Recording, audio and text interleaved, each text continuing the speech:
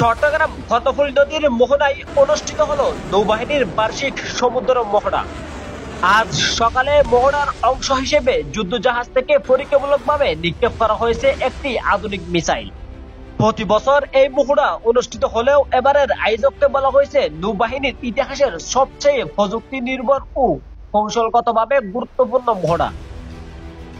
সমুদ্র সীমানায় নিরাপত্তা প্রস্তুতি শক্তিশালী করা এবং অপারেশন দক্ষতা বাড়ানোর লক্ষ্যে এই আয়োজন।